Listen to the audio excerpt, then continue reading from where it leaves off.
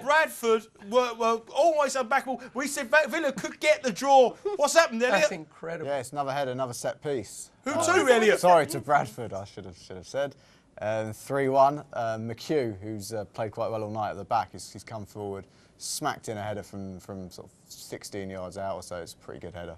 I'm not being funny. Eliot. What Honestly, a header! I'm watching this game. I watched this game the second half. Just see that corner of my eye. Honestly, if I watch this game for the first time, I would think that Bradford were the Premier League side. Well, the thing is, I mean, Eliot, obviously, No backing doubt it about 2-1, that was all about desire.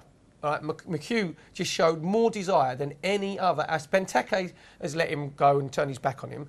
The young lad, he's only 19. He's been let go by a few clubs, so he's tried to resurrect his career at Bradford. That's all about desire in the penalty box, and if you're going to hurt yourself.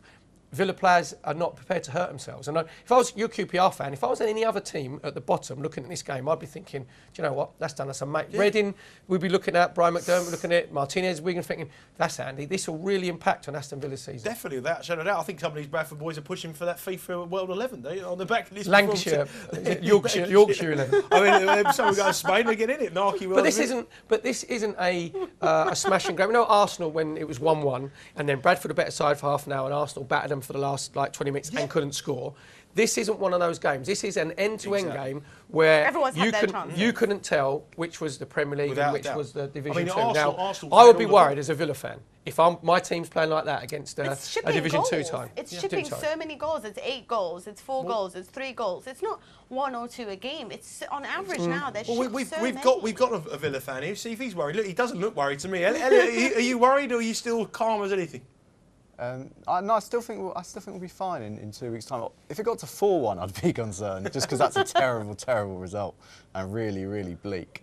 How do you rate 4-1 a terrible result and 3-1? Well, if it stays 4-1 3-1, not a terrible result. 4 is always a smashing in football. 3 is kind of 2-1. You're playing, Eliot, you're playing a Division 2 side. I agree, but it's not even half time in the game. That's my point. Right, so you're still 3-1 down at half-time against a Division 2 side who are not even top of Division 2. I think they're about a point outside the playoffs. So this isn't a team that's running away with Division 2. This is probably above average Division 2 side. Not a brilliant one.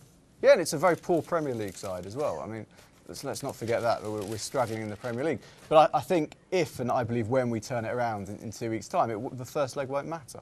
Finished 3-1 to Bradford. Let's go to Eliot. Give us a little bit of a round-up, Eliot. Yeah, I think they probably deserve to win. Maybe not by 2, but they certainly deserve to win. They were much better from set pieces, both defending and offending. I think the key moment was Bent missing that chance at 2-0, the open goal. I think if it goes to 2-1 a little bit earlier, we may have had a chance of an equaliser. And then another fairly dopey goal from a set piece. I mean, Kieran Clark's many things. He's not Premier League centre-back, and tonight someone's not in the League 2 centre-back. And he's been the constant thread in all our thumpings, and he's a young guy, but he's 23, so he's not that young anymore. And I suspect in a way this may force Lerner's hand a little bit to give Lambert some more money.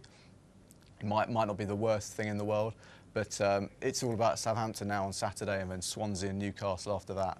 3 very, very big games. Well, Eliot, a massive, massive, massive result for Bradford. A big, big result. Twitter has got absolutely mad about your opinions, your calmness. You are trending worldwide. Come back after the break and we'll read you through all the Eliot Aston Villa tweets.